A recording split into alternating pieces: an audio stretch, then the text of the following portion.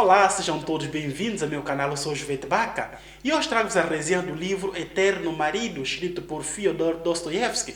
Este livro foi publicado pela primeira vez em 1870, que retrata de uma realidade russa daquela época do século XIX, mas que é bastante atual, falando sobre a questão de adultério, de traição e relações extraconjugais que muitas das vezes algumas pessoas, como homens ou mulheres, autorizam de uma forma implícita ou explícita que seus relacionamentos sejam relacionamentos abertos, que devem ter outros relacionamentos a circular no meio de tudo aquilo.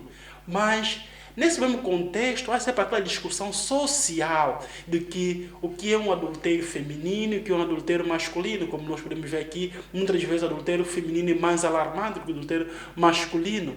Mas, contudo, não vamos conseguir tratar muito desse tema aqui. E nesta obra do Eterno Marido, Fyodor Dostoiévski vai poder aprofundar essas questões mais psicológicas que podemos até tratar alguns problemas afins para podermos ter alguma noção de como algumas pessoas podem reagir perante esses mesmos casos dentro da própria sociedade.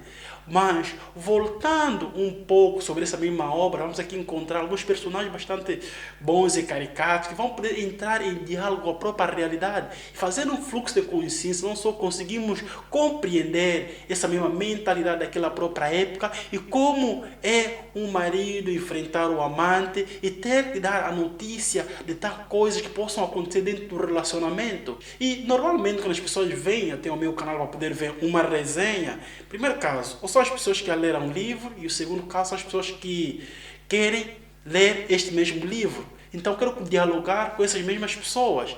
Na primeira parte eu quero aqui apresentar um breve resumo desta mesma obra e na segunda parte vamos aqui refletir sobre esse mesmo livro. Então, para aqueles que ainda não leram esse mesmo livro, eu convido-vos, precisamente para poderem ler esse livro, que tem várias resenhas do Dostoiévski, eu falei sobre Noite Branca, falei sobre O Homem do Subsolo. Então, são grandes livros que Dostoiévski vai poder trazer aqui um pouco sobre essa reflexão humana. E isso vai influenciar pensadores como Freud, nessa questão aqui da psicologia, da psicanálise, de como o nosso próprio subconsciente vai trabalhar essa realidade externa e que nossos próprios pensamentos podem não só nos condicionar a vermos o mundo de uma forma bastante diferente. E isso vai trazer aqui algumas reflexões. A obra, como já disse, acontece na Rússia, quando apresentamos aqui um personagem chamado Velchaninov, que está quase se aproximar aos 40 anos e ele começa a entrar muitas vezes em crise própria existencial, porque já está atingindo mais ou menos da velhice naquela época, aos 40 anos. Ele era solteiro, mas ia herdar regalia algumas heranças, né? Então, nesse mesmo modo, falando um bocadinho da sua própria vida passada, ele foi um jovem bastante liberal, entre aspas, e teve vários relacionamentos com várias mulheres casadas, teve vários relacionamentos que podiam se destacar alguns. Mas quando estava a aproximar-se dessa mesma idade, dos 40, começou a ter algumas doenças, começou a ter hipocondríaco e começou a ter algumas perdas de memória. E isso fez com que ele se esquecesse de alguns detalhes da sua própria vida. E que durante um belo dia aparece na cidade um homem a circular com um chapéu, com uma fita na cabeça, uma fita preta simbolizando um luto, que acabou de perder alguém, mas não reconhecer essa mesma pessoa. Ele ficou um pouco preocupado porque ele pensou que essa pessoa estava a persegui-lo, mas depois ele começou a perseguir essa pessoa e houve um dia que o mesmo senhor foi lá bater a sua porta do Velchaninov e se apresentou que era o Pavel, que era o marido da Natália, que há 9 anos atrás eles eram bons amigos e ele, Velchaninov, conheceu a mulher do Pavel, que tiveram um caso, mas depois de ter um relacionamento muito intenso e combinaram quase fugir, largar o marido para viver com ele, mas ele depois se apaixonou com outra pessoa, mandou o Velchaninov ir passear, voltar a passar um tempo porque ele continuasse naquela mesma cidade, que veio outra pessoa, que se envolveu também com ela.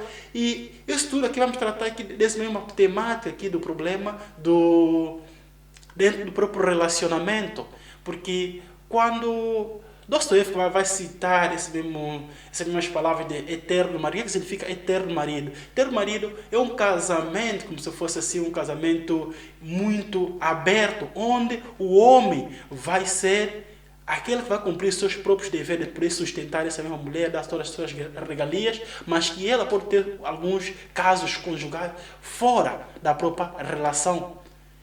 E o marido só está lá para poder apoiá-la financeiramente, dar tudo de bom e do melhor. E que a mulher vai fazer a sua vida, que atualmente chama-se os cornos mansos, que muitas vezes já está muito mais num sistema mais liberal, onde a mulher pode ter milhões de relacionamentos e que o marido vai estar sempre lá a poder apoiar. Aqui, corno manso. Estamos aqui a falar do século XIX, 1870.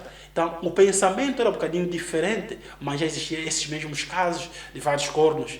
E nessa mesma situação, então, o Velchaninoff vai se recordar dela e vai poder pedir desculpa, vai poder lamentar a morte da Natália, vai falar o que se passa de estar aqui em São Petersburgo, com esse ar todo acabado, porque ele, o Pavel, quando morre, a Natália fica um bocadinho deprimido, entra na bebida e começa a se comportar muito mal. Nesta mesma relação do casamento com a Natália, nasceu uma filha que tinha atualmente 8 anos. Mas Velchaninoff vai começar a se perguntar, 8 anos, começou a fazer os cálculos quando ele saiu lá, sabe, quase aos 9 meses de gravidez, será que aquela filha é minha? Porque um dos motivos que fez se afastar um bocadinho é que a Natália disse que estava sentindo um bocadinho mal, estava grávida, que devia se afastar um bocadinho para não desconfiar, mas depois de Velchaninoff estar na cidade, ele disse que não estava grávida e que poderia seguir sua vida, que nunca mais voltaria para lá. Então, ficou a mergulhar nessa mesma sensação. E o Pavel, depois da morte da Natália, vai descobrir várias cartas que ele trocou com vários amantes. Então, isso vai poder causar essa mesma depressão nele e vai poder causar uma sensação de abandono, uma coisa de vazio. E que vai procurar não só ajustar conta com essas mesmas pessoas, porque vai estar aqui à procura e vai estar sempre com a filha chamada Lisa, à procura de ajustar contas com essas outras pessoas que estavam envolvidas com a sua mulher. Mas uma das coisas que nós podemos aqui ver nesse mesmo diálogo que Dostoiévski vai poder escrever, que nós sabemos perfeitamente o que o Velchaninoff fazia, mas não temos uma breve noção de como o Pavel vai poder reagir. Então, vemos nessa cena aqui de uma coisa muito psicológica. Lemos as ideias de Velchaninoff, que não quer se mostrar que ele fez aquilo quando estava lá hospedado, mas também o Pavel não informa nada que ele sabia da verdade. E fica nessa toda mistura até ele apresentar a sua própria filha. Isso vai trazer aqui algumas discussões dentro desse mesmo texto que Dostoiévski vai poder escrever. E vai manifestar uma certa opinião daquela própria realidade. Esse mesmo diálogo um bocadinho intenso entre como reagir perante as situações que você descobre. Por exemplo, a traição, os ciúmes. Como você pode resolver essa mesma situação? Que o Pavel vai se pôr na bebida, vai tentar ajustar contas com várias pessoas, desejar a morte de alguns e que até vai fazer algumas tentativas de assassinato, mas isso tudo vai se mostrar uma reação psicológica, porque as intenções desse mesmo personagem, que é o Pavel, não vão ser assim bastante claras, vão ser um bocadinho confusas, onde o Velchaninoff vai precisar entrar em interrogações. Será que ele queria fazer mal? Será que ele quer fazer isso? Então, vai ser muito jogo psicológico que eu convido as pessoas para poderem ler. Mas, voltando no assunto aqui, que Dostoiévski vai poder transmitir, que é o problema dos ciúmes, como devemos controlar algumas questões para não deixarmos levar. Porque eu falo que essa obra aqui influenciou alguns pensadores, como estou a falar, como Freud, e nesse da psicanálise, do consciente, do subconsciente. Essa é uma reação perante o mundo, perante esses mesmos problemas, fazem com que não só nós possamos pensar de concreto como essa situação de 1870 pode ser uma situação muito real atualmente. Estamos numa sociedade um bocadinho mais aberta e levamos as coisas muito descontraídas, mas existe muita tradição que ainda vê de certa forma, como a traição feminina como algo ainda pior do que a traição masculina. E vendo essa mesma situação, nós que podemos pensar como as pessoas podem reagir perante essas mesmas situações e que alguns problemas podem afetar psicologicamente as pessoas e que podem cair juntamente na bebida, procurar conforto e que essas mesmas pessoas, como o Pavel, se sentem um vazio que vai precisar preencher novamente com um casamento forçado, arranjado de imediato. porque ele se sentia muito bem sendo um eterno marido para poder sustentar os desejos daquela mesma mulher, mas não ter um envolvimento muito mais íntimo com essas mesmas pessoas.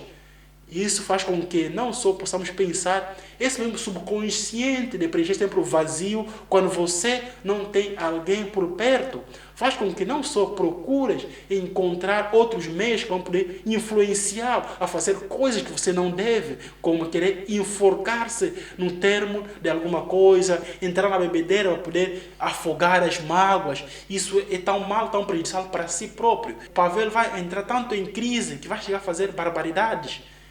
E que isso nós podemos aqui pensar de como o Velchaninoff vai poder dar uma volta por cima, tentar mudar a mentalidade, tentar ser um protetor, um pai dessa mesmo Velchaninoff, não sabendo em concreto de que a Lisa era sua filha, que infelizmente depois acaba por morrer. Não sabemos diretamente se é ou não é a filha de Velchaninoff.